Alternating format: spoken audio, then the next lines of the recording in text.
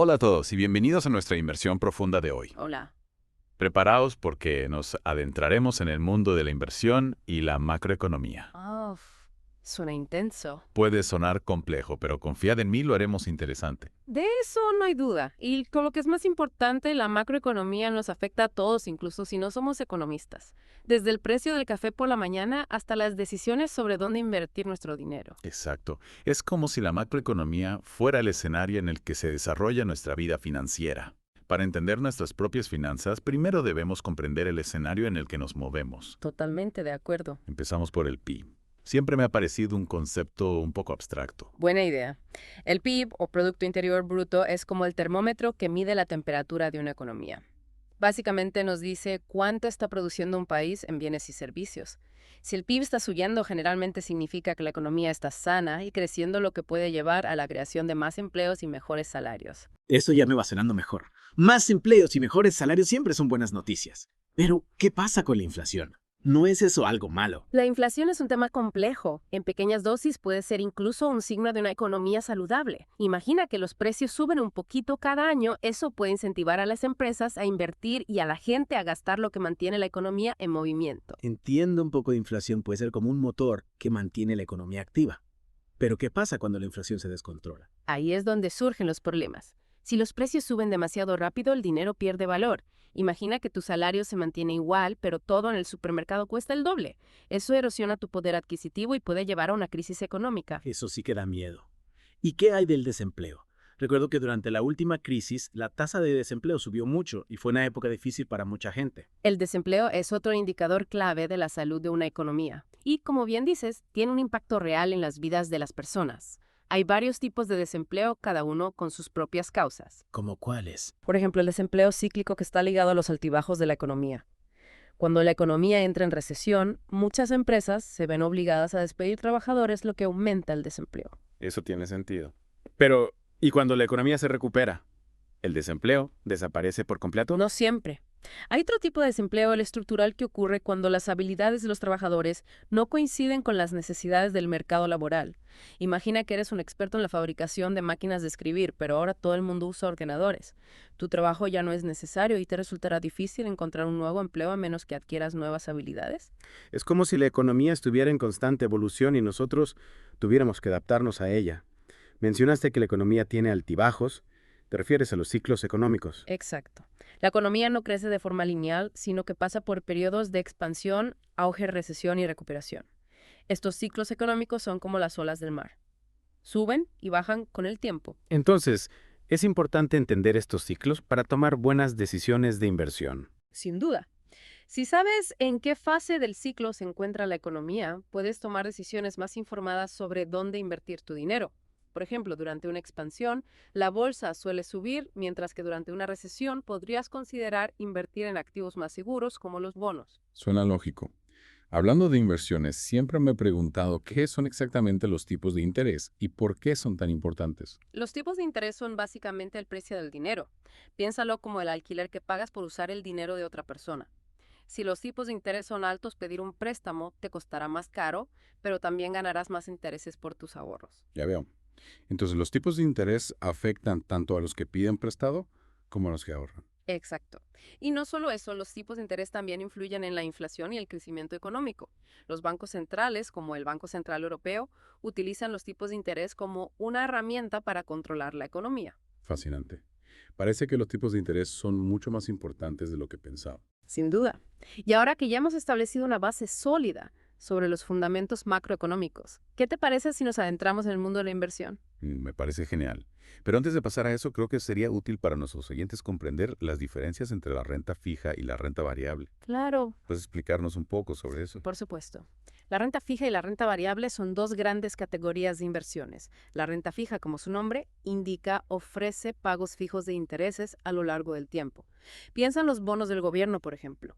Cuando inviertes en un bono, estás prestando dinero al gobierno y a cambio ellos te pagan una tasa de interés fija durante un periodo de tiempo determinado. Suena bastante seguro, ¿verdad? Como si supieras exactamente lo que vas a obtener. Exacto. La renta fija es generalmente menos arriesgada que la renta variable, pero eso también significa que sus rendimientos suelen ser más bajos. Tiene sentido. ¿Y qué hay de la renta variable? Esa es la que incluye las acciones. Correcto. Cuando compras acciones de una empresa, te conviertes en copropietario de esa empresa y participas en sus beneficios. Si la empresa va bien, el valor de tus acciones puede subir y si la empresa distribuye dividendos, también recibirás una parte de sus beneficios. Eso suena emocionante, pero también más arriesgado, sin duda. El valor de las acciones puede fluctuar mucho en el corto plazo y si la empresa no va bien, podrías perder dinero. Pero a largo plazo, la renta variable ha demostrado ser una de las inversiones más rentables. Interesante. Entonces, ¿cuál es la mejor opción? ¿Renta fija o renta variable? Depende de tu perfil de inversor. Si es más conservador y buscas seguridad, la renta fija podría ser una buena opción para ti. Si estás dispuesto a asumir más riesgos para obtener mayores rendimientos potenciales, entonces la renta variable podría ser más adecuada. Ya veo. Es como elegir entre un viaje tranquilo en tren o una aventura en una montaña rusa. Esa es una buena analogía. Y al igual que en un parque de atracciones, también hay opciones intermedias. Por ejemplo, puedes invertir en fondos de inversión que te permiten diversificar tu cartera y reducir el riesgo. Fondos de inversión. ¿Eso qué es? Un fondo de inversión es como una cesta que contiene diferentes activos como acciones, bonos y otros instrumentos financieros. Al invertir en un fondo, estás invirtiendo en todos los activos que contiene la cesta, lo que te permite diversificar tu inversión y reducir el riesgo. Entonces, en lugar de apostar por una sola empresa, puedo invertir en un fondo que contenga acciones de muchas empresas diferentes. Exacto. Y hay diferentes tipos de fondos de inversión dependiendo de tus objetivos y tu tolerancia al riesgo. Hay fondos de renta fija, fondos de renta variable, fondos mixtos, fondos indexados, fondos gestionados activamente y un largo, etcétera. Vaya, menuda variedad. ¿Y qué hay de los ETFs? He oído hablar mucho de ellos últimamente. Los ETFs o Exchange Traded Funds son similares a los fondos de inversión, pero se negocian en bolsa como si fueran acciones. Esto significa que puedes comprar y vender ETFs durante la jornada bursátil, a diferencia de los fondos de inversión tradicionales que solo se pueden comprar o vender al final del día. Ajá. Entonces los ETFs son más flexibles que los fondos tradicionales. ¿Pero en qué se diferencia en cuanto a rentabilidad y riesgo? La mayoría de los ETFs son fondos indexados, lo que significa que replican un índice bursátil específico como el S&P 500 o el IBEX 35. Esto hace que los ETFs sean generalmente más baratos que los fondos gestionados activamente, ya que no hay un gestor tomando decisiones de inversión. Eso suena bien. Menos comisiones significa más dinero para mí. Pero ¿qué pasa si quiero que un experto gestione mis inversiones? En ese caso sería mejor un fondo tradicional. Si prefieres que un gestor profesional se encargue de tus inversiones, entonces un fondo gestionado activamente podría ser una mejor opción. Estos fondos tienen gestores que investigan las empresas, analizan el mercado y toman decisiones de compra y venta de acciones con el objetivo de superar al mercado. Entiendo. Suena interesante, pero seguro que esos gestores cobran comisiones más altas, ¿no? Correcto. Los fondos gestionados activamente suelen tener comisiones más altas que los fondos indexados como los ETFs. Y no hay garantía de que el gestor vaya a batir al mercado. De hecho, muchos estudios demuestran que la mayoría de los gestores activos no logran superar a sus índices de referencia a largo plazo. Ya veo. Entonces, es mejor invertir en ETFs que en fondos tradicionales. No hay una respuesta única para esa pregunta. La mejor opción depende de tus objetivos de inversión, tu tolerancia al riesgo y tus preferencias personales. Si buscas una inversión sencilla, diversificada y de bajo coste, los ETFs podrían ser una buena opción para ti. Si prefieres delegar la gestión de tus inversiones en un experto, entonces un fondo tradicional podría ser más adecuado. Tiene sentido. Hay muchas opciones a considerar. Y hablando de opciones, ¿qué pasa si preveo que la economía va a entrar en recesión? ¿Debería cambiar mi estrategia de inversión? Esa es una pregunta muy importante. Las recesiones económicas pueden ser periodos difíciles para los inversores, pero también pueden presentar oportunidades. Si crees que se avecina una recesión, podrías considerar ajustar tu cartera de inversión para protegerte de las caídas del mercado. ¿Cómo puedo hacer eso? ¿Hay algún tipo de inversión que sea a prueba de recesión?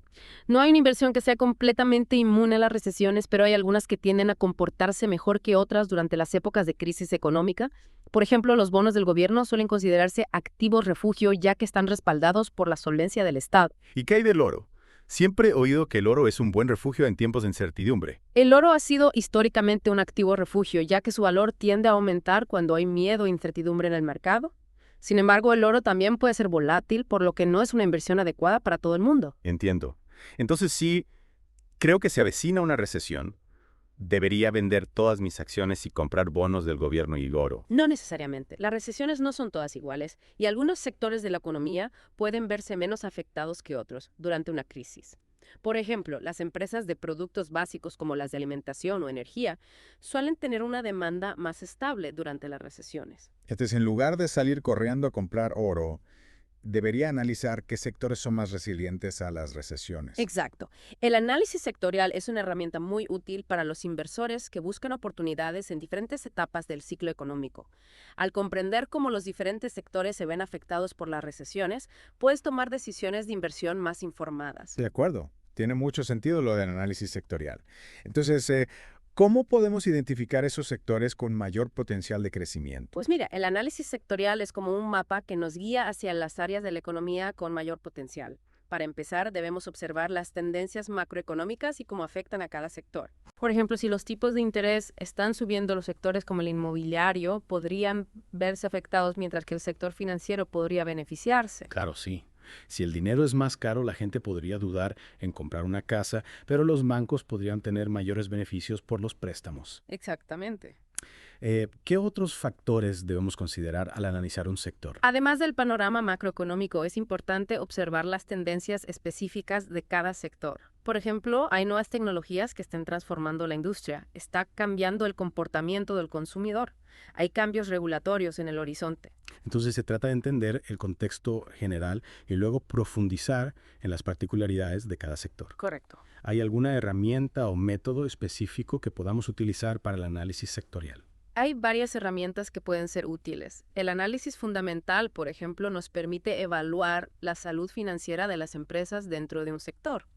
Observamos sus balances, sus ingresos, sus márgenes de beneficio, etc. Eso me recuerda a lo que hablamos sobre la renta variable. Es como si estuviéramos analizando las empresas desde una perspectiva macro. Exactamente. Y al igual que en el análisis de empresas individuales, también podemos utilizar el análisis técnico para identificar tendencias y patrones en los gráficos de precios de los índices sectoriales. Ya veo. Podemos utilizar una combinación de análisis fundamental y técnico para obtener una visión completa del potencial de un sector. Pero con tantos sectores para elegir, ¿por dónde empezamos? ¿Algún consejo para un inversor que busca oportunidades de crecimiento? Un buen punto de partida es identificar los sectores que están en sintonía con las megatendencias globales. Por ejemplo, el envejecimiento de la población está impulsando el crecimiento del sector salud. La digitalización está transformando el sector tecnológico y la preocupación por el cambio climático está impulsando las inversiones en energías renovables. Esas son tendencias que sin duda seguirán dando forma a la economía mundial en las próximas décadas. Y una vez que hemos identificado un sector prometedor, ¿cómo construimos una cartera de inversión diversificada? La diversificación es clave para mitigar el riesgo. En lugar de concentrar todas tus inversiones en un solo sector, es importante distribuirlas en diferentes sectores, geografías e incluso clases de activos. De esta manera, si un sector o región experimenta dificultades, el impacto en tu cartera será menor. Entonces, la clave está en no poner todos los huevos en la misma cesta. ¿Hay alguna regla general sobre cómo distribuir las inversiones entre diferentes sectores? No hay una fórmula mágica, ya que la asignación de activos ideal depende de tu perfil inversor, tu tolerancia al riesgo y tus objetivos financieros. Un asesor financiero puede ayudarte a crear una cartera personalizada que se ajuste a tus necesidades. Suena como un buen consejo. Y hablando de consejos, ¿hay algún último mensaje que quieras dejar a nuestros oyentes antes de finalizar nuestra inversión? Invertir puede parecer complejo al principio, pero con la información y las herramientas adecuadas cualquiera puede tomar decisiones financieras inteligentes. Recuerda investigar, diversificar y sobre todo mantener la calma durante las fluctuaciones del mercado. El camino hacia el éxito financiero es un maratón, no una carrera de velocidad. Palabras sabias. Muchas gracias por compartir tu conocimiento con nosotros hoy. Ha sido un placer explorar el mundo de la inversión y la macroeconomía contigo. Y a nuestros oyentes, gracias por acompañarnos en esta inmersión profunda. Esperamos que os haya resultado útil y os animamos a seguir aprendiendo sobre este apasionante mundo. Hasta la próxima.